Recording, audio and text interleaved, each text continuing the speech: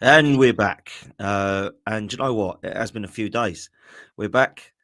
Arsenal, talking Arsenal, myself and Lee. And the reason we haven't been around is because it has been chock a block, but in a good way. Because while some of us are preparing for Bodo Glimt, we are now preparing for Paris Saint Germain in the semi finals with a view to getting to the final of the Champions League, which is something I did not expect to say this season, Lee Judges. And if I'm honest with you, it's been lovely spending every day with you. But most of the time that we do talk every day on here, we've been moaning and groaning. So this one could be a bit more positive, bruv. So I'm looking forward to that. Hit the like and subscribe, people. Make sure you're following Lead Judges on all socials. Make sure you're following myself, Dan Arsenal87 on all socials. And make sure you're following Football's 12th Man, which is only about 2,000 away from 40k. And we're on to 50k here. So let's make sure that we get the likes and subscribes up, people.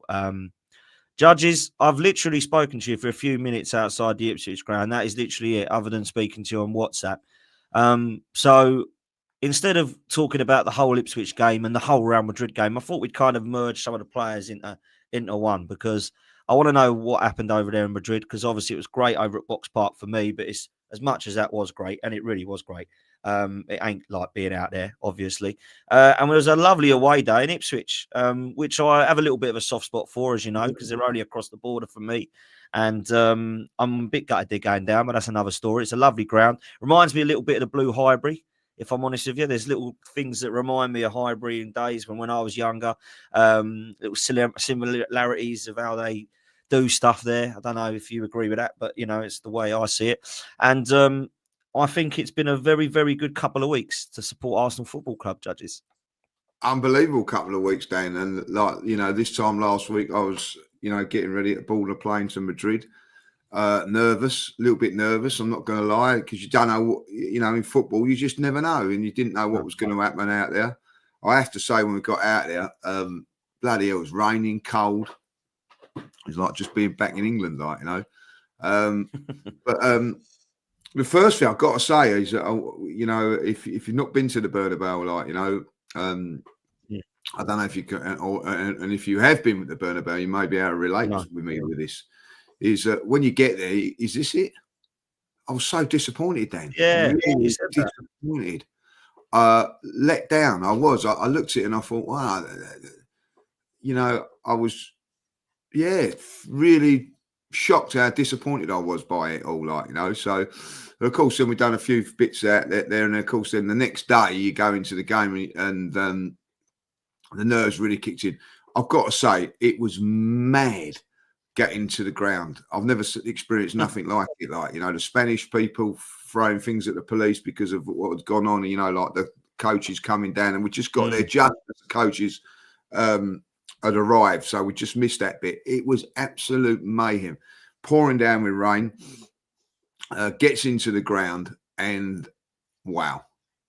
It just blows your mind. From the disappointment of the outside to seeing something inside, it is incredible. Absolutely incredible. It was mind-blowing how big it was, how good it was. And even then you see the size of it and all that, you think, oh, are the players going to cope with this or not? Like, you know, because it's an unbelievable experience, even for a fan. You know, I've been to a lot of grounds, but it is breathtaking, Dan. It really is. And then the game kicks off, and I'm thinking, wow, we're in control already, like, you know. And that's the biggest thing for me is the way we've conducted ourselves over both legs, you know, different games and all that, like the home and then the away game. And anyway, like the penalty, you know, I'm fuming. I don't know how you were. We've not spoke about that. Fuming with Saka, I was, for that penalty. Like, yeah. Fuming. Just listen. If he blasts, does a normal penalty, and the goalkeeper saves it, then, you know, that's fair enough, fair play. But to do that, you know, I was fuming. And then then they get that penalty 10 minutes later. Oh no, this is going to come back and ruin us. And whatever, like, you know, fair play to the refereeing. Like, that was the one thing I noticed over these two leagues. The refereeing and VAR are so much better than what it is in England. You know, it's never a penalty. But I tell you what, if that was in England, that's given, Dan. That is given. I've got to be honest, I thought both of them were very soft. I've got to be honest with Yeah, like that happens every week in the Premier League. Nothing gets done. Yeah. I know that it's a different sort of thing on that, like, but I just like the way that they done it. You know what I mean? Like the penalty on Declan Rice, everybody would have just turned around and said, "Oh, there is a little bit of contact and it's a penalty and everything like that." And we have to accept that. No, that's wrong. You know what I mean? It was never a penalty. The right decision was made. And then from that moment on, I thought Arsenal were outstanding and get the goal in the second half. I'm going to ask you a question because I've had arguments. Yes, Saliba's at fault for that goal, but I don't think Raya should have thrown that to him there. Like. Okay, let's start there because that was I didn't want to go down to too many breaking stuff in, but I tell you what I love, right? Okay, I loved Saliba's performance. I thought he absolutely ate up Kylian Mbappe. But I think they're both at fault, Lee. And I'll tell you why. I think Saliba's dilly-dallying on it, think he's got all the time in the world. The spatial awareness is poor from him, right? But Raya all game was not taking any risks. He was smashing it up to Marino. He was making sure of passes. Rolling it there was just stupid because you can see when he rolls it out that Saliba's not too sure about who's around him. So he's already put him under pressure there a little bit. Now, surely he would go, I'll roll it out. Oh, he's not even bloody aware there that Vinny's running up to him. I better not. But he didn't. And when he did that, I thought, that's poor from Raya. And then if I'm honest with you, it's really poor from Saliba. But Lee, over 4 games, that's the only goal we've given him. Back in 2006 and back in now. And, people say don't compare it to 2006.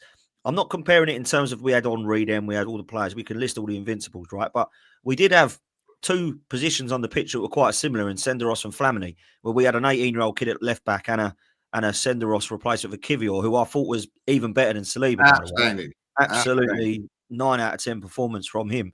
Lewis-Skelly, by the way, I don't know. I know an 18-year-old as strong as this kid because everyone just needs to kick him and push him over because I can't get the ball off him. He's that good. Yeah. Declan Rice, I thought he was even better than the first leg. Yeah. Got to say it. Yeah. Thomas Partey, stupid that he got a yellow card. Absolutely fuming with him, but brilliant game otherwise. Erdegaard come into his own in the second half, but again, one of the most disappointing performances on the pitch for me. But the front 3 against Real Madrid were absolutely unbelievable. I mean, Martinelli, he's looking like he's back to his best now. I'm so pleased for him because he looks unreal. Saka, I mean, I was fuming with him like you was with a penalty. I don't know what he's doing there, but he makes up for it with an unbelievable little dink. And Mikel Merino is, I've got to say it, I have not been as stumped as I am with him this season. Everyone knows what's happened this season. Everyone's been proven right this season. We didn't have the summer we wanted. We didn't have the January we wanted. When I heard he was going up top, I rolled my eyes because I thought, we're not going to buy a striker. We're going to put him up top. And I'm telling you this now, if we would have bought a January striker and he would have got 10 goals and assists in 10 games like he's got, I would have, wow, what a signing. I think we look better with him up top than we do Kai Havertz. I know you're going to disagree because you like Kai, but I don't think it's been different one bit. I don't look at that now and think, cool, we're missing Kai. Oh, my God, this Marino, get him back in midfield because he's awful. Get this Kai back. Ah, man, honestly, I think hats off to Marino, brother. I thought he was excellent in the home and away leg against Real Madrid. And, even in the home leg, people were kind of like questioning whether we should take him off, and it was one of the best finishes and the most important goal of the 2 ties. And then you've got Mikel Merino's performance for the assists for both goals. I mean, he's been brilliantly. Absolutely outstanding. And I agree with you. We haven't missed Havertz. You haven't missed Havertz because he's come in there and done as good a job, if not better. That has to be said. You know what I mean? He takes his chances really, really well. I think he's a better finisher than Havertz, if I'll be honest. You know what I mean? With his chances. But what he's done is he's contributed in everything that he's done. He's gone back into midfield on Sunday and played very, very well. I think very, very close to man of the match. He looks a different player. It is amazing in football what confidence gives you. And I think the confidence that he's been given is, right, okay, you've got a role, you've got a position now where you're going to play week in, week out. And that is up top at this moment in time. And he's just took it. He's just absolutely took it. His performance in against Real Madrid is nothing but outstanding. Look, listen, Kai Havertz couldn't do no better than that. Do you know what I mean? Coquerez, whoever you want to put up front, couldn't have done any better than that. It was fantastic. You know what I mean? He was hold up play, battling play. You know, we know what Rudiger's like. You know what I mean? He went with him toe to toe. I thought he was outstanding on the day, and I think it's been a revelation for us. And this is the thing about football, Dan, and we can all moan and groan. And listen, we've all moaned and groaned. You know, 2-3 years ago, I wanted Arteta out, and you know, it's proved to be a mistake. People want Arteta out now, and I get that, like, but look what can happen in the season. I think a couple of games, and look how Arsenal have changed. It is incredible. You see that on. I don't think if we'd have gone out against Real Madrid and all that performance against Ipswich wouldn't have been there. The confidence in that performance was incredible. Blown away Ipswich. Now people will go, oh, yeah, it's only Ipswich there down the bottom. They've taken teams, they're only losing by the odd goal, or they're, you know, scoring. Everybody's going, oh, they will score against us because they're pretty good up front and whatever, like, you know what I mean? No, we absolutely dominated them from start to finish. Forget about the sending off. It was just a walk in the park. Even their managers turned around and said, that's the best team that we've played. So confidence is a strange thing. And, you know, if we'd be really honest, Dan, we both of us said we give Real Madrid a good game. We actually said that we felt that we could beat Real Madrid at home, but over the two legs, they will probably just have too much for us in an attacking point of view. That's what I thought with our options. This is probably before Saka. I never thought Saka would come back like he has, and be this good. I didn't. I really, really did. How he's done it, I don't know. Look, Ben White, I thought was brilliant on Sunday. Yeah. It took him for a month to get that performance level up. Yep. Saka come back straight away. It is incredible, absolutely incredible. And even on Sunday, I didn't think it was one of his better games, but Arsenal's goal scoring movement, he's involved in with, like, you know. And he just gives us something. I think it's incredible that he's come back. And he was the difference between the two teams as an attacking point of view. If you looked at all the attacking players, and at the beginning of it, Dan, you'd have said, right, who's going to be the best on this year guy? Pepe, Vicious Jr., probably then Saka, Rodrigo, probably Martinelli, and probably last Mourinho, right? That's how you would have probably looked at it from all the strikers, yeah? The difference maker, the best one of all, was Saka, second Martinelli, third Mourinho.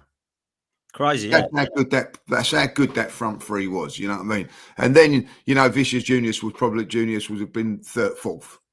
And he hardly done anything. That's because of his goal, which was, as we said, is give me. So you have to say that was an incredible turnaround now.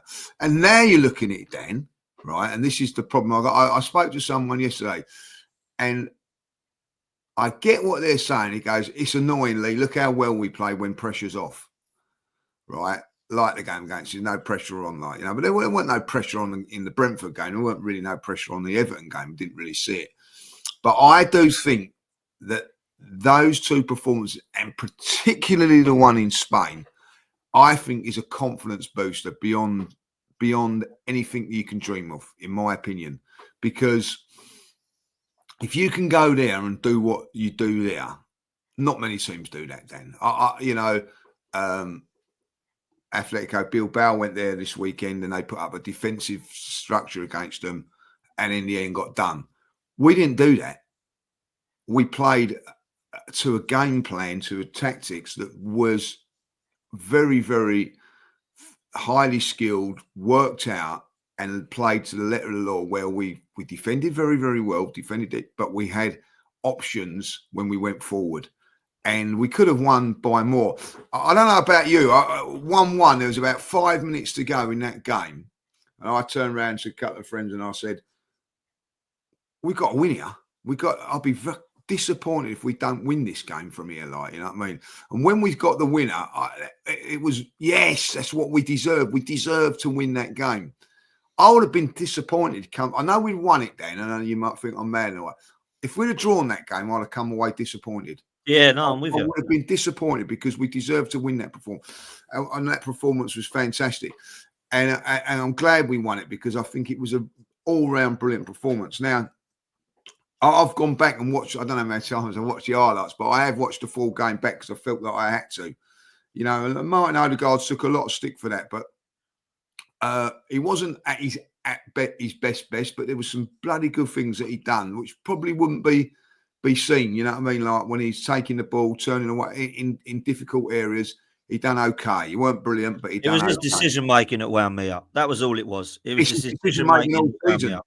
You could go on Yeah. that about the Ipswich game. I thought he was brilliant in the Yeah, he Ipswich was. Yeah. But his decision making, why he's not shooting, I do not know. It's a frustration, you know what I mean? Like, because there was one time in that game against Real Madrid, if he shoots, and say if it goes for a goal kick, so what? But if it gets broken down, you can be counter-attacked quickly. And I think there's something you've got to say, like, rather have a goal kick or even a throw on Dan. You know, if he shoots and it goes for a throw on, it's better than him nicking the ball and then countering us. He's got to be a bit braver in that. But he was better than what I thought he was. If I'll be really honest, he's better than what I thought he was. And he played very, very well against Ipswich. But he has got to be at his very, very best if we're to go through. But if you have a look at all the teams in the left in it and all those quarterfinals, no one produced two fantastic legs of football apart from us. And PSG got through, but they could have easily gone out then. You know what I mean? If Konza scores that header, they're out. They go. The momentum was with Villa, like, you know what I mean? Like, that Villa were all over them. They could not handle Villa. And if they cannot handle Villa, they might not be able to handle us at the Emirates, you know what I mean? So I think we've got to go about it the same philosophy, like 2-0, 3-0 win at home. And then, like, that's what we've got to look at, like, you know what I mean? I don't know if it will work out like that. You don't know. But that's what we've got to do. We've got to win the game at home. Like, and if I swear to you now, Villa would have been at home in that first league, I think they would have gone through. Sometimes it's an advantage, sometimes it's not. You know, like Barcelona got the job done, but were beaten. Listen, I know that they're probably thinking it's all this and all that, and game's already done. But Arsenal had a job to do, and they've done it fantastically well. Now, if you can beat Real Madrid over two legs, and people keep going to me, it's not the same Real Madrid and all that, like, you know, listen, no one give us a chance before the tie. When we beat them, it's not the same Real Madrid. Yeah, I hate that. I hate it. The reason they weren't the same Real Madrid is because we've done them completely over two legs. 5-1. We knocked out the holders 5-1. And at the end of it, you have to give credit to the manager and the players and everybody. It was a proud moment. The scenes coming out of the stadium were unreal, Dan. Unreal, like, you know what I mean? They kept us in there for an hour. Didn't mind. They could have kept us in there for 2 hours. I don't think no one would have complained. It was just unreal. A magnificent night to be involved with Arsenal.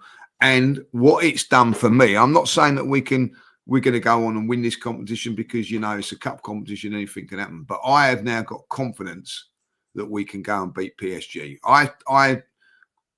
Right, let's have it out now. Like, you know, if Real Madrid get through to that game, beat us, right? Who would you think would be favourites? Well, we know. Yeah, everybody has said Real Madrid are favourites. We've just pumped them. So at the end of the day, we should not be going in with any sort of complex about this game. Not being overconfident. Not that I'm going to be very, very nervous going into this game because it's a semi-final. Didn't produce in the last semi-final. We was poor. You know what I mean? Do you remember we lost to 1-0 Man United at Old Trafford? Never played well. Should have been more. Once we didn't score because there was the away leg rule, you know, away goals rule, then we was gone. But we never performed. This time we have to perform. And if we perform, who knows? Like, you know what I mean? You remember, mate, the semi-final last time against Man United was done within like 3 minutes of the second leg. Yeah. Remember? Yeah. Ronaldo got that free kick, and I'm sure it was Nani lobbed Almunia or something crazy like that, and that was it. It was job done, and I thought, we're done, completely done. But this time it can't be like that. I'm with you, PSG and Villa. That was one of the best games I've seen in a long time, by the way. Brilliant game, absolutely brilliant to watch. But I think they've shown their weaknesses and their positives. And both in that same game, I saw They can be got at, but my God, they're electric, that front three. So we've got to be careful. So that's where I'm kind of at. But I'll put this to you, Lee. In the last 3 games against Real Madrid and Ipswich, it has likened me to watching Arsenal back in 2022-23. So what I mean by that is the first year we went for the title where everyone was like, where the hell has this come from? We all thought we were getting top 4. The way that we are scintillating going forward, we've got the right-hand side back for the first time since November. Ben White, Saka and Ødegaard. It's the first time that 3 have played together since then, by the way, which is just amazing when you think about it, that them 3 haven't been able to do that all season. Not that I would play Ben White, still would play Timber, but it's good to see that, he's come back into it.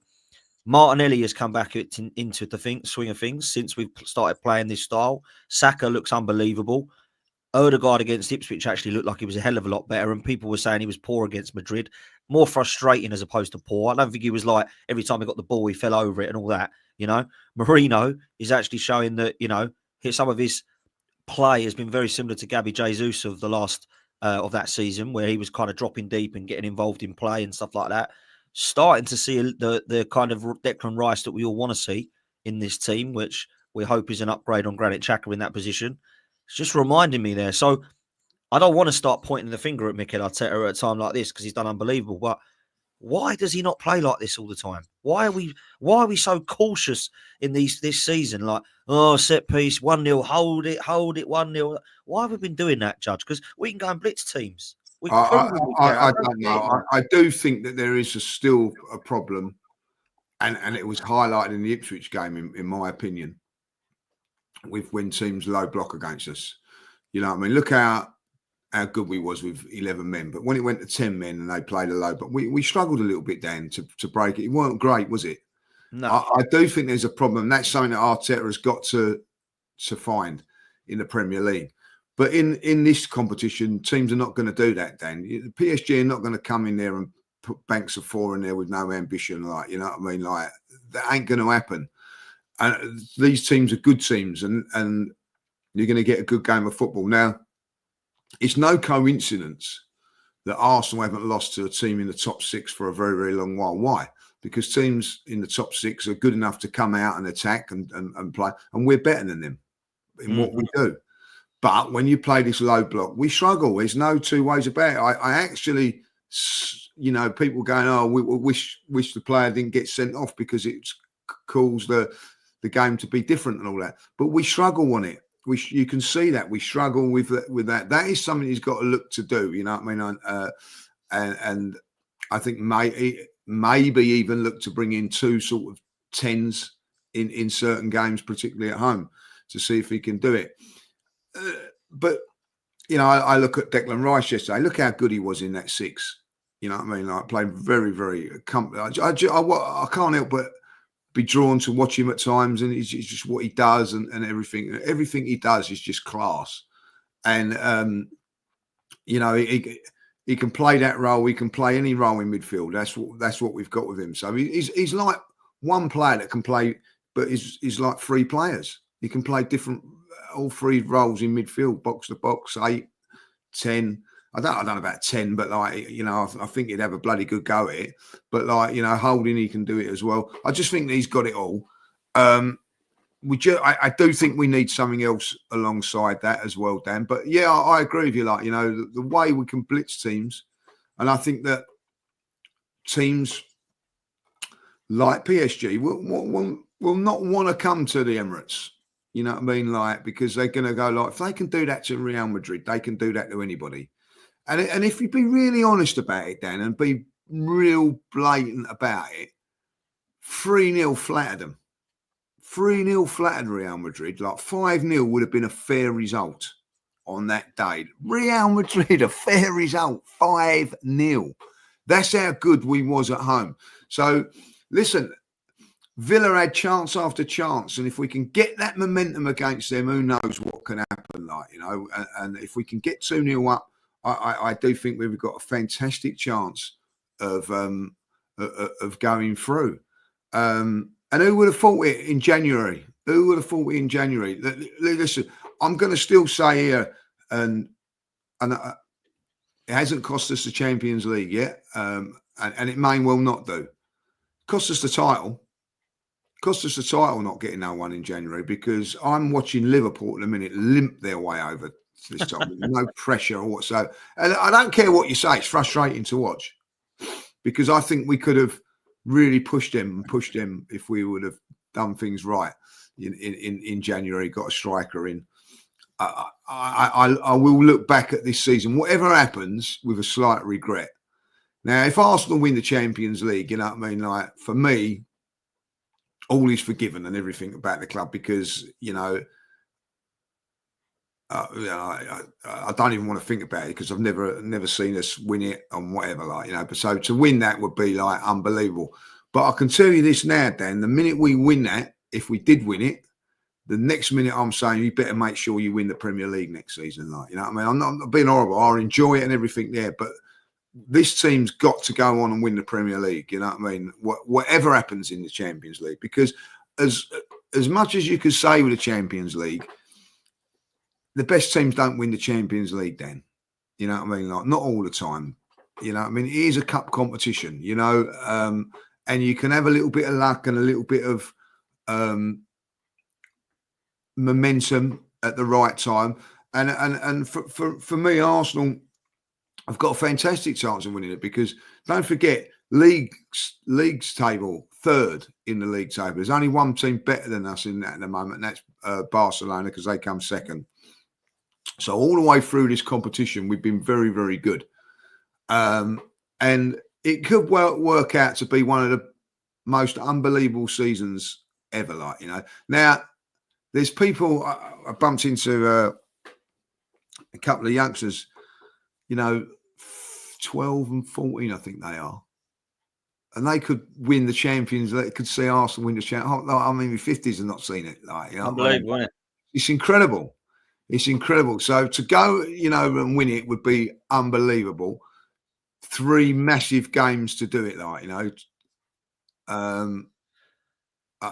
We need to win 2 of them. People say we've got to win 3 games. Like, look, I want to win all 3, but we don't actually have to win all the 3 games. You know, we've got to win 2 of them. Win one convincingly, and then go and win in the final. That's what we've got to do. And look, I mean, let's talk about our route quickly. Obviously, PSG, we know we've got. We don't know who we got in the final. Barcelona or Inter Milan. I hate jumping ahead and assuming. Let's just, for this question, say we've beaten PSG. It's unbelievable. We're in the final. I want Barcelona. I don't want Inter Milan, because they are the hardest for our style to beat. It is going to be the worst Champions League final you're ever going to see in your life. It's probably going to be 0-0 and go to penalties. If not, it'll be 1-0 either way. Everybody wants PSG Barcelona. Everyone I speak to, please be PSG Barcelona. Unbelievable final that'll be. But I'll tell you what, Arsenal, if it's Arsenal Barcelona, will still give them a brilliant final, and it'll be a great game as well. But obviously, the neutrals all don't want to see Arsenal in there. I get why. You know, I wouldn't want to see Tottenham or Man United in there, right? But for me, I don't want to see us play Inter Milan. I'd rather have Barcelona. Now, where I'm at with PSG, and I'll bring a couple of super chats in on this point, I think PSG can be got at, but I think they have got an unbelievable front 6, because their trio midfield is magnificent. And up top, they're electric and absolutely unbelievable. Now, I know that we played them, Lee, last time, PSG, and I spoke to Roms, and he said, you might end up playing PSG and Inter Milan. You've already played both of them in your group stage. And I agree, we could end up doing that again, right? And we've beaten PSG, obviously lost to Inter Milan on penalty. So we've already kind of aware if that is our route. But PSG, I think, will be very, very difficult. But if we play like we did across the 2 legs against Real Madrid, which is what we've got to do, by the way, I fancy our chances. And Suj brings up a point here saying, my opinion, big up to Suj, by the way, big up my opinion, the difference between PSG and Madrid this season is that Madrid are relying on individual talent, but PSG are a solid team with solid players. He also says he'll point out that Martinelli's increased performances over the last month or 2 is a coincidence that Mourinho has moved to the 9 and is being more of a target man. I wanted to mention Martinelli's performance in a bit as well, for sure. But the route of the Champions League, PSG over 2 legs, Barcelona or Inter. What are you telling me? Right. This is how I see it, and I don't care what anybody says. Like, you know, if you was at the beginning of the tournament, right, and I said you can play the semi-final against PSG, you'd bite your hands off it. You would. especially after we beat them 2-0. And I don't care. People go, "Oh, that don't mean nothing." That means something psychologically. You know, you can beat them. They know that, if you don't perform, that they can beat. Like, different game, different competition, different time of year. But at the end of the day, it can happen. Now, they've not beaten us for a very long time.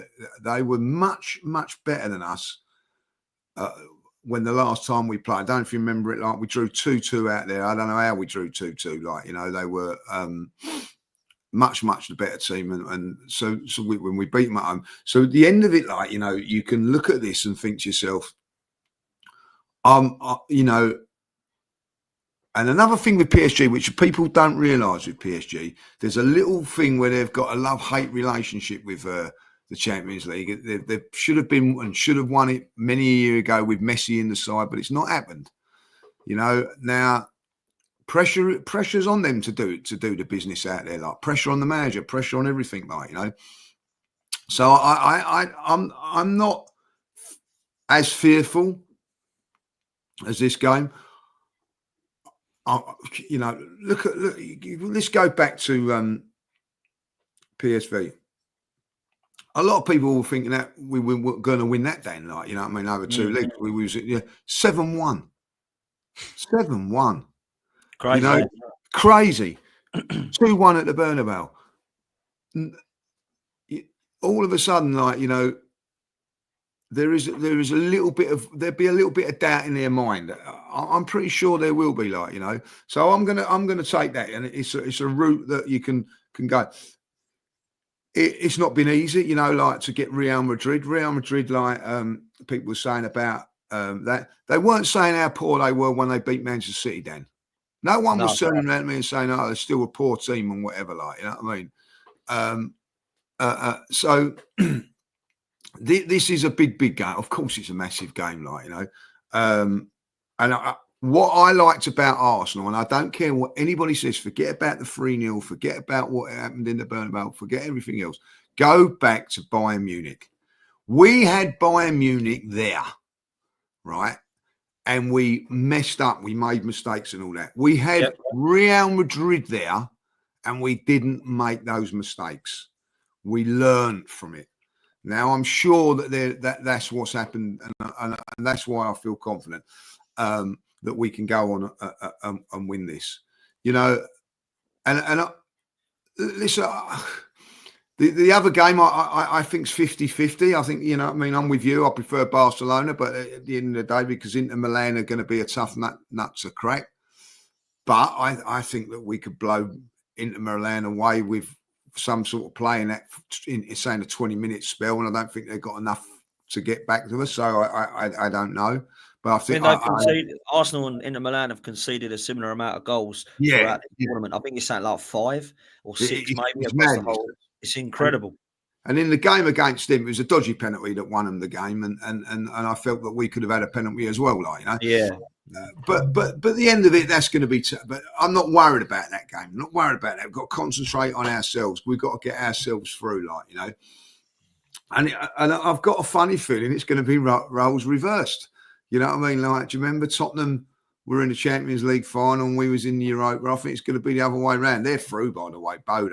Bodo in the semi-final of a I don't know. I ain't going to say they're through because you never know. But yeah, it's looking like it's going to be United or Bilbao. That competition is, if you have a look at Tottenham and Man United, where they are in the league, both in the semi-final, that is a poor competition, because you can't. You can tell the Champions League teams ain't dropped down. That's all I'm saying. Yeah. This season, you can tell the Champions League teams ain't dropped down because they've played one team, Spurs, and they're going to get to the final. Frankfurt. They're the only team they've played that are any good.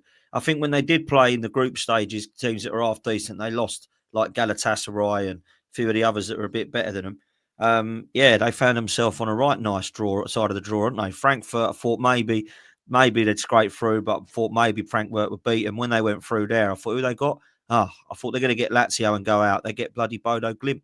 Unbelievable, that is. But look, these Tottenham, they were crap last night. They could be, going out to Bodo. You never know.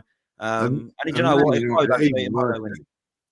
Man United are even worse. I'd say they are even worse. Terrible. What a terrible team that is. And this Amorim is under serious pressure, by the way.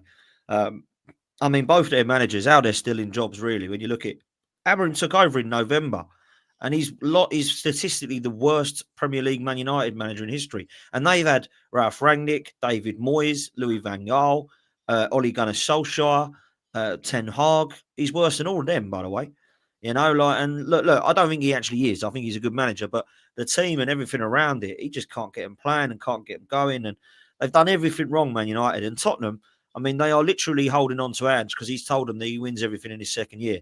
That is the only reason that he's still there, because of this Europa League. So they would be in a relegation battle if it weren't for the poor bottom three. If they was any decent, then front three, like West Ham would as well. West Ham would be. West Ham have got away with it as well, like you know what I mean. West Ham couldn't even beat Southampton, like you know what I mean, like unbelievable. David Moyes, I think Underrated. 100%. Well, look what he's doing at Everton. Everton will look like they're going to go down. He ain't bought anyone, Lee. This is a manager who's just walked in and gone, right. And then people are so disingenuous. They're like, oh, yeah, but they're all used to Sean Dyche football, so it's easy for Moyes to... No, it ain't. He's got to walk in and he's got to do his own thing. He's not like Sean Dyche, David Moyes. Sean Dyche is proper, like, it's disrespect to David Moyes, because as much as he don't play attractive football, he's better than bloody Dyche, right? And he's proven that by getting West Ham their first trophy in 43 years and consistent European football. I mean, Lawless having a rant on my channel about it. He so treated him like dirt, Moyes. Moyes put him in European football for 4 years, Lee. Won him a trophy for 43 years. Beat Arsenal, in Carabao Cups, and beat Arsenal in leagues twice. I mean, this is the thing with these West Ham fans. What do they want then? What do they want? I don't know what they want, and David Moyes, I think, is a good manager. Would you want him at Arsenal? No, of course you wouldn't. No. I get that because we're at a different level, but at the end of the day, he's making Everton competitive. Everton are going up the league. You know what I mean? West Ham have gone completely the other way since there. And the interesting thing is with Spurs, I was talking to a couple of Spurs people yesterday. If they win the Europa League, do you keep Ange? And all of them said no. As soon as he wins that trophy, he's got to go. I think he will, though. I think he'll walk. I don't think he's been impressed by that football club, Ange Postecoglou. Don't get me wrong, I think he's awful. But I don't think he's been impressed by the way that they were cheering last year because we couldn't win the league because of them and because they couldn't beat Man City. He was not impressed with that. And he ain't been impressed with a lot of the way they are around that club. So I don't think he wants to stay anyway. But if he wins that, he'll do a massive FU and fun, fingers up to him and walk out. But that's real. The biggest criticism I can give Spurs and why I've got no time for Spurs. Listen, I get it. They didn't want Arsenal to win the league and everything like that. And I understand that, right? To a certain degree, I understand it.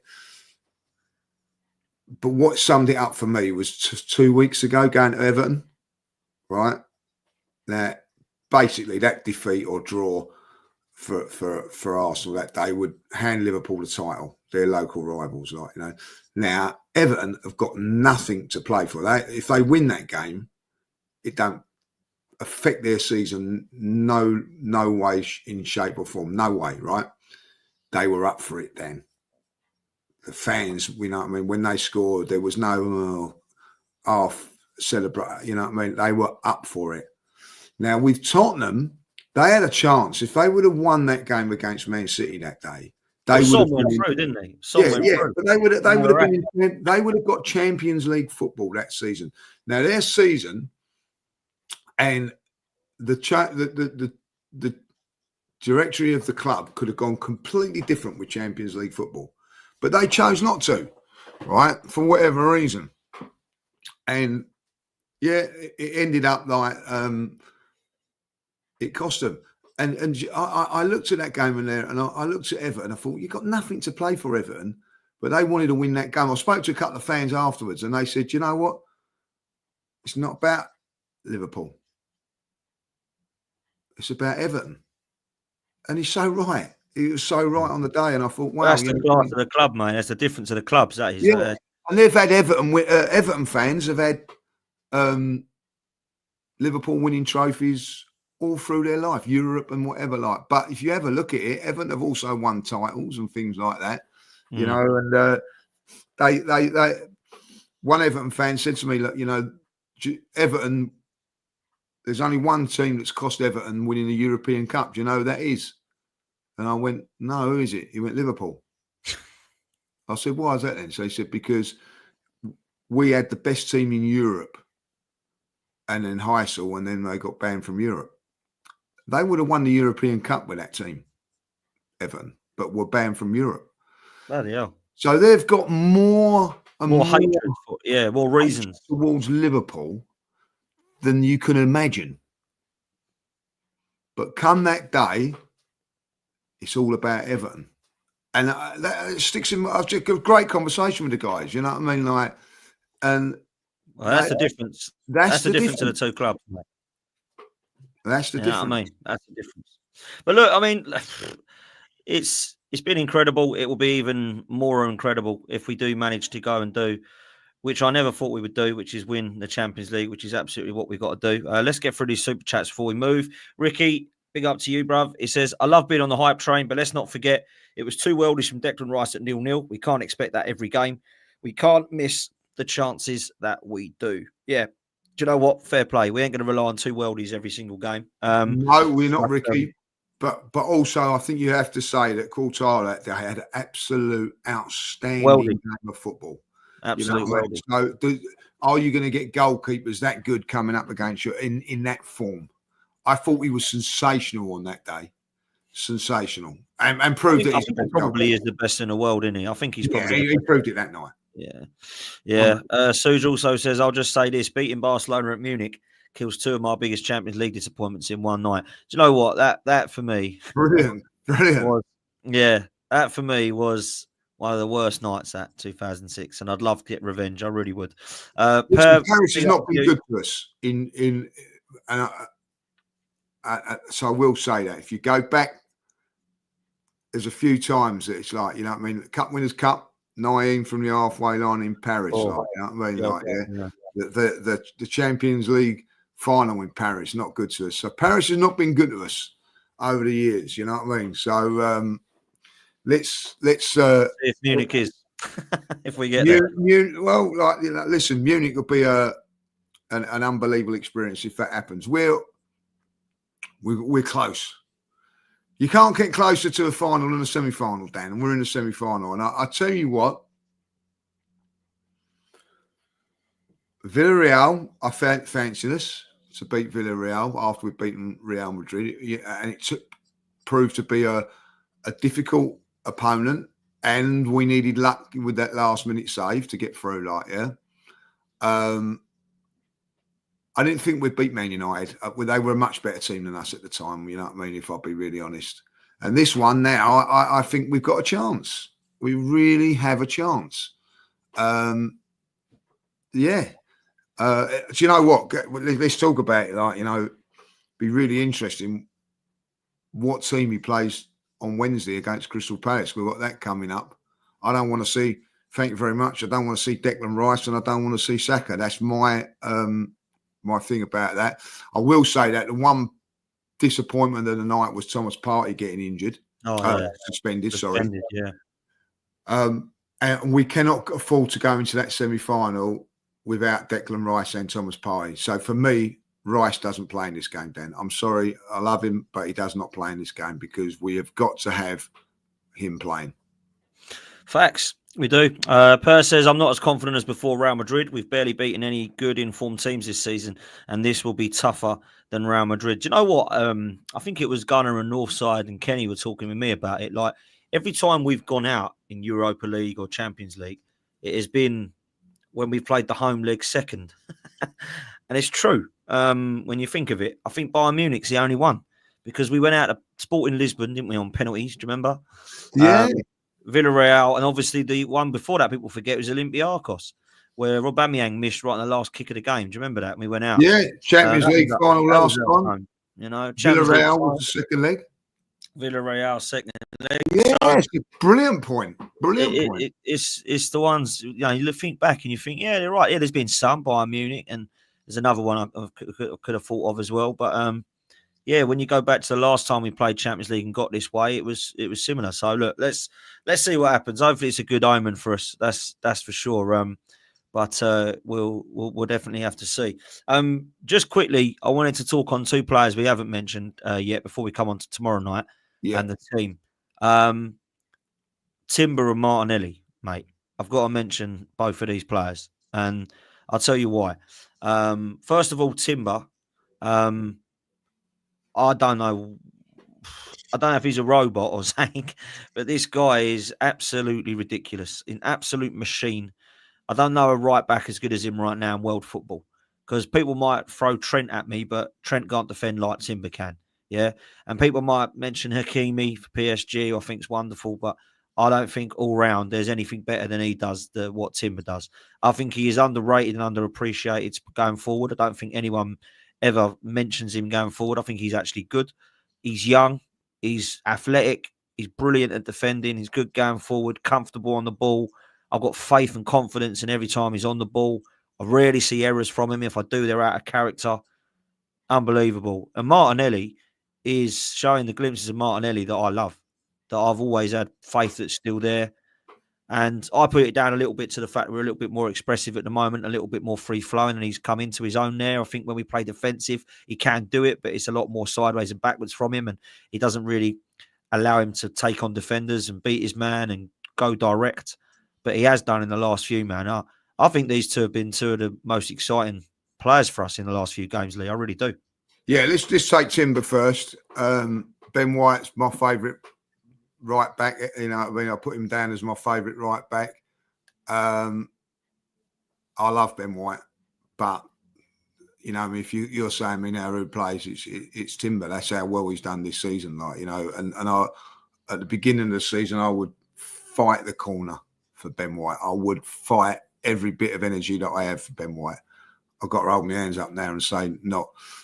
So much so, I'm thinking maybe Timber can go over left back for this game against PSG and bring in Ben White, because Ben White, Saka and Odegaard look better with him in there. I'm trying to make up excuses to try and get him in there, like, you know what I mean? But at the end of it, if everybody's fit, it's Timber. He has been absolutely outstanding.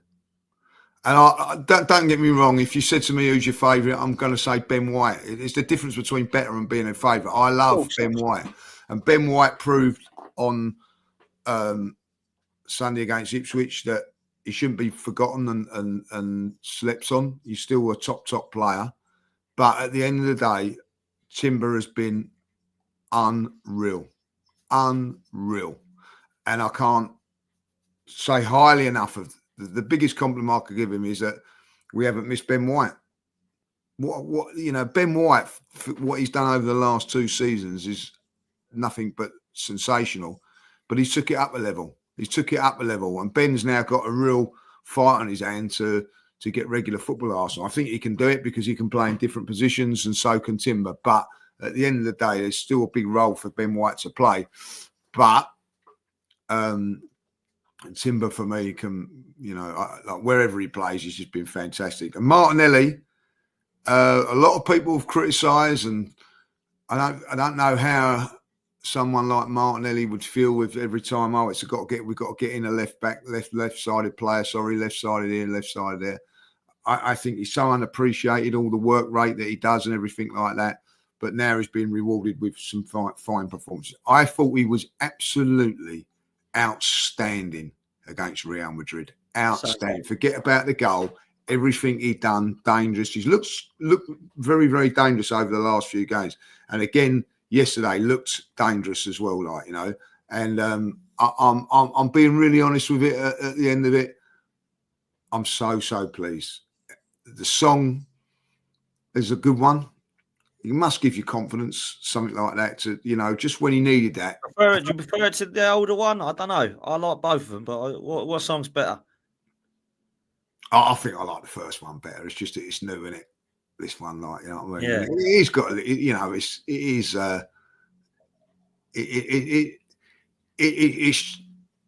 Why did we change it? Do we know why we changed it? No. Just happened in Madrid, didn't it? It's just like I didn't realise until I went to Portman Road how it was going to carry over, and that's now his song. But yeah, I've got to try. I like it. I like them both. I just don't know what one I prefer. I think with the San Paulo comes from San Paulo, it is a little bit of a, when you've had a few beers, it's got a few too many words to it. Like, do you know what I mean? I don't know. I struggle with it a bit. Yeah. But listen, like the songs in that come up are brilliant. Like the Mikel Mourinho one is easy, isn't it? Like I quite like that one as well. Like that's a good song. That I like that one. That was easy. To be honest, that came up January time. I think like it might be the first time I heard that one was when we played Brighton away. So whenever we played Brighton away, that was the first time I heard that one. But that must give players confidence. You know what I mean? They're singing that and all that. Like Leicester, I think it was Leicester. I heard it away when we come on and scored. That was the first time I'd properly heard it. But yeah, but look, I like the song. I don't like some of the songs. I think they're we've all got our favourite songs, and some of our songs we think, what do we sing that for? But I'd love them to like if that was a song like similar to that for Declan Rice. I know we only got him half price and all that, but I like a song where it would be where everybody sang it and because he is the best player we got in the team. I don't care what anybody says, like, he's our best player. And that's saying a lot when you got Saka and see, I think it's Saka, but I'll give you right. I love Rice, but yeah. I think they do different things. Like Saka, like unbelievable. Like, I love Saka's song. He loves it as well. You know what I mean? But again, if you had a few beers, you know what I mean? I find that very hard to sing. Like, you know what I mean? Saka down with oh no, I've messed up again. Like, you know what I mean? Like, yeah, but you mess up on the easy ones. Yeah, I do. I mess up on the easy ones. Like, you know what I mean? So, yeah, I think if I'm honest with you, I think the songs we got for the individual are pretty good. We do need to get a couple for some of them. I think. Kivia had a song on. I like that one. I love it that the fans were singing his Kivia was singing his song, weren't they? Yeah, yeah. So I think Gabriel's the best song for me. Yeah, Kivia. That one's easy. You'll get that one. Yeah, right. I've got that one. I've got that one. But it's nice that he's got a song because it's nice that he deserves it because he's been brilliant. He's been excellent the last few games. He really deserves a mention. I mentioned him against Ipswich in my fan camp because I think he deserves a mention. Gabriel's my favourite individual song. That's quality. That song. That's brilliant song. Brilliant song. And do you know what? Big up to the Arsenal fans at Ipswich, and I hope they do. Let's not forget him because he is. Unfortunately, he is going to miss the final. But he has been one of the reasons that we're in it. Because when it's not been going great for us, he's been the shining light, the one that's come through. You know what I mean? And I know he's going to miss out on it, but he has been unbelievable. And they were singing it in Ipswich. And I hope that they sing that all the way through because he deserves it. And I think because it's such a good song, everybody likes singing it anyway.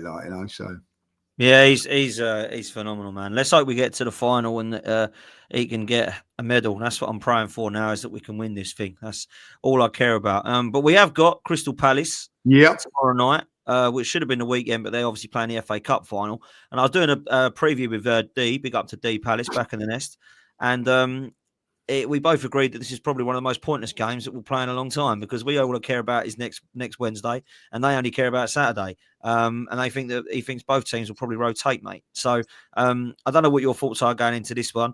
I've put a bit of a team together that I think I'd probably go with because I don't want to see many players that PSG needed. So this is what I've gone with. Raya in goal. Ben White, I think, will play and should play instead of Timber. We haven't got real much of a choice at centre half at the moment with Saliba and Kivior. Tierney or Zinchenko, I think, at left back, Ed Miles, Lewis-Skelly, make sure that he's fit for that PSG game. Partey, I think, will play because he's obviously out of the first leg. So I imagine Partey will play this one. Ødegaard, I don't think we've really got much of a kind of option to play. And Marino, I think, will drop into midfield because I think that's what he'll do against PSG. So I think he'll get used to him there. And then Waneri and Sterling rest Saka and Martinelli and Trossard up front. What are you thinking, bruv? I'm looking at something different in midfield. I think that I'm going to play Timber in this game at right back. Ben White central defence, Kivior, and Tierney. Midfield, I'm going to put Miles Lewis-Skelly in there, see what he can do. Okay. So Thomas Partey, Miles Lewis-Skelly, and Shinchenko. I'm giving him another game in midfield. I think that, but I want to see Miles Lewis-Skelly play this role just in case, because I'm looking at a team for PSG. I don't want to see, as well as what he's done, I want to see Marino up front. And I think you're right in what you're saying, that we're going to go back with Marino in midfield. Got not a problem with it, but I think that he's done so well up front, and the physicalities of what he does will be better for us. That's my opinion.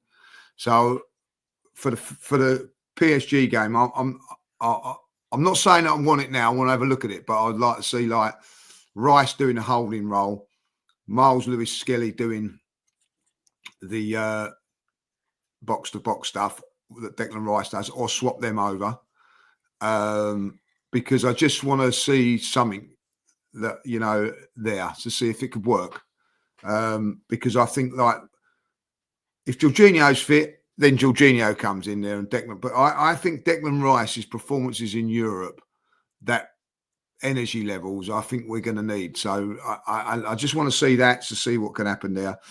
And then the front three of I'm going to stick with Marino up there. Wanyeri, I'm going to go with Sterling as well. I don't want to see Saka, and I don't want to see Martinelli. I'll be honest. No, I'm with you. I don't want to see Rice. I don't want to see Saka, and I don't want to see Martinelli. They're the players I don't want to see for sure. Partey will play because obviously he's out for the PSG game. Erdegaard, I think, probably will play in that number 10, because I think Wanyeri will come in on the right. I think it will be similar to this. I don't know if it'll be the exact personnel. Maybe he'll play Zinni in the middle, or play Zinni at left back again. But he could play Tierney at centre back and Zinchenko at left back. You know what I mean? He could play something like that. Give Kivior a rest after this. Yeah, there's a lot of players we need to rest for PSG, mate. We cannot. Yeah, I do. Don't forget, you've got a week off after this. So you can get a little bit of rest there. But I think that you're right in what I'm saying. I think Kivior needs game time still good game time. Saliba, when is he going to get arrested? It may be like, a weekend off. They don't need one. So at the end of the day, I can see that happening there. Whatever, the big plus for me was that Ben White got 90 minutes on the weekend, another 90 minutes. So he's ready for whatever happens, whether you want to play him or not, because there is that option of playing him and playing Timber at right back, at left back. There is. I'm not saying we're doing it, but you need to have options. Miles Lewis-Skelly, I think, played a little bit. He could start him somewhere. I don't know, but for me, I think that there's 3 real key players that we cannot afford to be without, and that's not just because of other players. I look at Saliba and I feel that you've already got Gabriel out. We can't afford him to be out as well. So I'll be resting him. I would take him out of this game, And I get that, leave the defence solid, as Harvey's saying there, maybe don't change that back four. I get that. And probably that's what he'll go with. But I would, for this game, just leave Saliba out, just keep it. Declan Rice the same, because I think, if you was Declan Rice to pick up an injury in a game against Crystal Palace and then not have him and Thomas Partey available, is ridiculous. Don't forget, after that, Thomas Partey is available. So, for me, I just think it's don't risk it. Please do not risk it. I think it's a good way around. I'd rather Partey be back for the away leg than the home leg as well. If you had to pick him for one, I think he's so important over there to have the base of our midfield. I really do. And look, some of us will get our wish Declan Rice back in the 6. I like him there. I think he's proven that he can play. You think they're playing the 6 in that game, or they'll change it? No, I think against PSG he'll be replaced Partey, and then I think it'll be Rice, Marino, and Erdegaard. That's what I think it'll be. And then Trossard up top. That's what I think it will be. Whether I believe that's right or not, there's things you can do. You could bring Lewis-Skelly into there or whatever, but I don't think he will. I think he'll play Rice and and Marino and Ødegaard, which is, I think, originally what he wanted to do this season, because Partey's been so good and Marino was injured. And then he needed up top. He hasn't really been able to play it, and Ødegaard was out. So I think he saw the vision this season of Rice, Ødegaard, and Marino as the three. That's what I think he saw the vision of. But he's never been able to pan out like that. I'm not sure it ever will. But I certainly do believe. Jack Wilshere's been appointed as the new Norwich manager. There we go. Big up, Jack.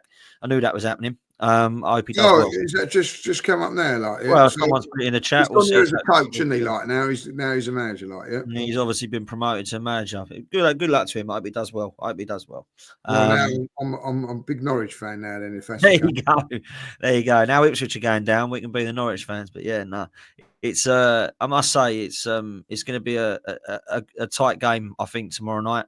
What are you going for, Lee? I'm going to go 2-1 to the Arsenal.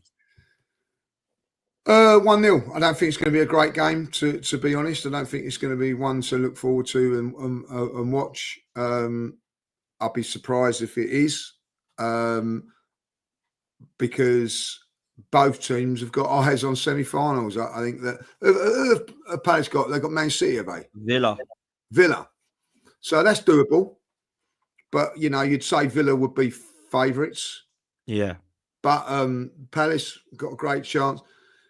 They're not going to risk their best players on Wednesday when they've got the game on the Saturday, I believe. Is that right?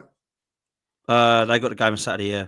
So they're not going to be risking. So I'll be very surprised if they do. I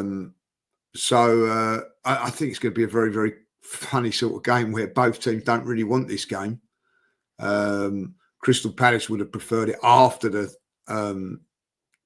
semi-final, if I'll be really honest. I think we prefer it where it is. The reason it is because we're in the Champions League. If we weren't in the Champions League, it would have been after. So, it suits us as well.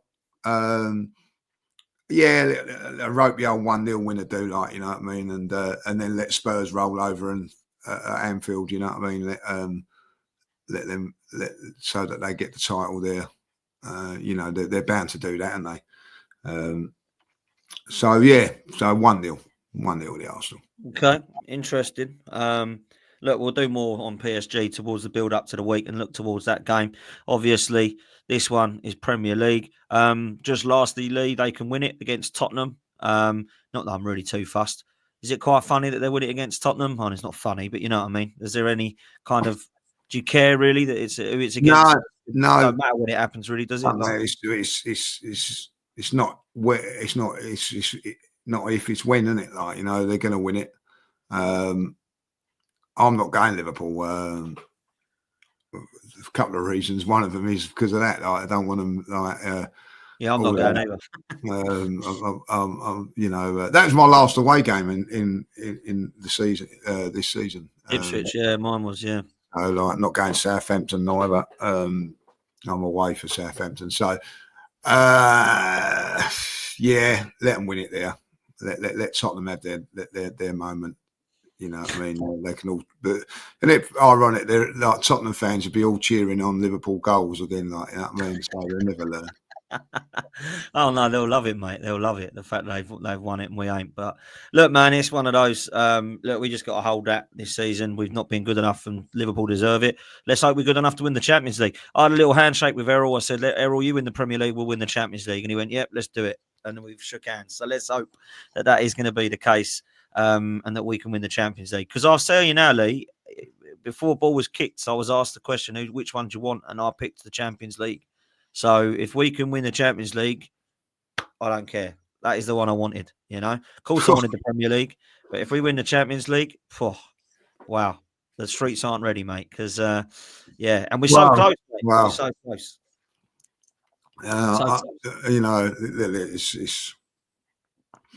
We're close. Very close. Like this time next week, perhaps we'll do something in the morning again, like, because I'll be so nervous going into that game. Yeah. Something to do to get me. Yeah, it is going to be a very, very nerve-wracking experience next week. I'm going to get up there early again and do what I did against Real Madrid. But it will be a nervous night, thinking about it, So, listen, I'm going to enjoy Crystal Palace because there's no pressure on it. That was a great thing about the Ipswich game. I enjoyed a game of football. Disappointed that Sheffield United messed it up yesterday. That was a big blow. The playoffs. I think they'll go in the playoffs. They'll win the playoffs, I reckon. You know what I mean? Yeah. If you're going to win, if you're going to get promoted, it is through the playoffs anyway, isn't it? So we'll see. But it's been a fantastic week of football for if you're an Arsenal fan. I don't care what anybody says. And look, let's ride our luck now and get it on and see if we can win tomorrow. That'd be nice. But it is really for me like then have a weekend off, guys. Enjoy your weekend. Enjoy your Saturday and Sunday with no pressure, because this time next week, there'll be more Andrex used than ever. Yeah, they will. 100%. Look, people, do me a favor, hit the like and subscribe button. I'll be live at 2:30 today with Troops, so that'll be good on my channel. So come say hello over there. And then tonight at 10 o'clock after the football, because there's football tonight, isn't there? Villa. Great game tonight. Yeah. Great game tonight. Come on, Villa. That would be fantastic if Aston Villa, who were fantastic, by the way, against Newcastle at the weekend. Yeah, they were. If they can win that game or get some sort of result today, it puts them really in a good position to get looking at it, Dennis, just before we go, we have a little thing on this now, like, you know what I mean? We'll come back. What's your top five? In order, my top five are Liverpool, Arsenal, Newcastle, Manchester City, and my fifth place at the moment goes to Forest, but it could quite easily be Villa. So you're saying Chelsea and Villa are going to miss out? Chelsea and Villa, I think. It could be, it's Villa or Forest for me. Chelsea look rubbish. So I think it's going to be... I said Villa last night, but then Forest have proven they're really hard to beat. They're favourites, I think, at the moment, but it's so close. What about you? You might think I'm mad here. I think if Villa win tonight, they're going to do it. Okay. Right, so I'm going to go Liverpool, Arsenal, Newcastle, Forest, Villa. Do you think City and Chelsea will drop out? I don't think, but that's what I'm wishing. It'd be beautiful, wouldn't it? See City and Chelsea out of it all. It'd be fantastic. That's what I want anyway. So come on. And I like Villa, I like Forest, and I like Newcastle. So all three of them being in it, I wouldn't mind that. It would be there a lot. But Villa have got to win today. If Villa win today, they've got a chance. But if Man City, Etihad, isn't it? Is it the Etihad? Yeah, if Man City win today, they get top five. You know what I mean? I think they will get it. I think it's between Villa and Forest. If I'm honest, Chelsea, I just don't see it. I just don't think they're good enough. I know they won at the weekend, but I don't know if you saw it. It was like within I didn't see it, no, but I know they were fortunate. I'm with you on that. Like, I think that their fixtures, Chelsea, as it is now, I think will be the top five. I think that was a fantastic result for Forest yesterday. I know that Tottenham are poor, but that was a lot of pressure on them going in there. 2 defeats. That was a big win for Forest. That was huge. So, yeah, huge. And if I'm honest, that Nuno, he knows what he's doing, because like Tottenham actually weren't that bad last night. I mean, they weren't good by any means, but they weren't like by far the worst team. The Forest they just know what they've got to do. They don't have to go pepper the goal. They don't want the ball. Give them the ball, and they'll know. Like I spoke to Wolfie, he said, "Don't give us a ball. We don't know what we're doing with it. You have it." And you know what I mean? That's what they do. Nuno does that. I think fair play to him. I know it's not beautiful to watch sometimes, but look at what he's done there. If he takes Forest into any form of Europe, I think he's got to be manager of the year, really, isn't he? I mean, incredible if he could get them to Champions League, and also, let's not forget they've got a semi-final at the weekend as well against Man City, and there was no resting of players yesterday. They had to go for that yesterday and work their socks off to get that, and then now recover and go for another.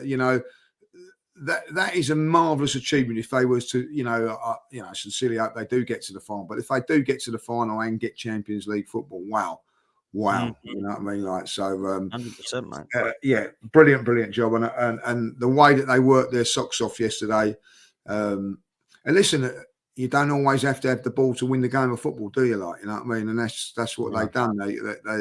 They're a well organised, well drilled, well coached side. And well, Tottenham Hotspur didn't want him. Apparently, Tottenham Hotspur handed him out. You know, I know who I'd rather be watching at this moment in time. That you can see that Forest are well got them and drilled and everything like that. Spurs could have had that if they'd have been patient and let him get the players in that he wanted. You know, and sometimes it's about the team, isn't it, and not necessarily individuals. And I think that's a real point when you look at Forest. They're a team, very, very much a team. They really are, and fair play to them. And do you know what? I hope they do it. I like Forest. I hope they do it. Look, Lee, I'll let you say goodbye to everyone, and make sure you hit the like and subscribe, people. Yes, listen, enjoy what we're seeing at the Arsenal at the moment. Enjoy, celebrate. Remember, there's a lot of people out there that will be Viva France over the next week or so. So remember that, batten down the hatches, enjoy it, and get behind this Arsenal team, because we could be onto something special if we can get it done next week. Like, you know, enjoy it. If you're not watching Dan, well, you can watch Dan and Troops. Put the Ronnie O'Sullivan on in the background as he is at the Crucible at 2 p.m. as well, like, you know. So I'm going to have both on. I'm going to watch the snooker and I'm going to watch a bit of Troops and Dan as well, like, you know. But first and foremost, I've got to get down the gym. Have a good one, lads. See you soon.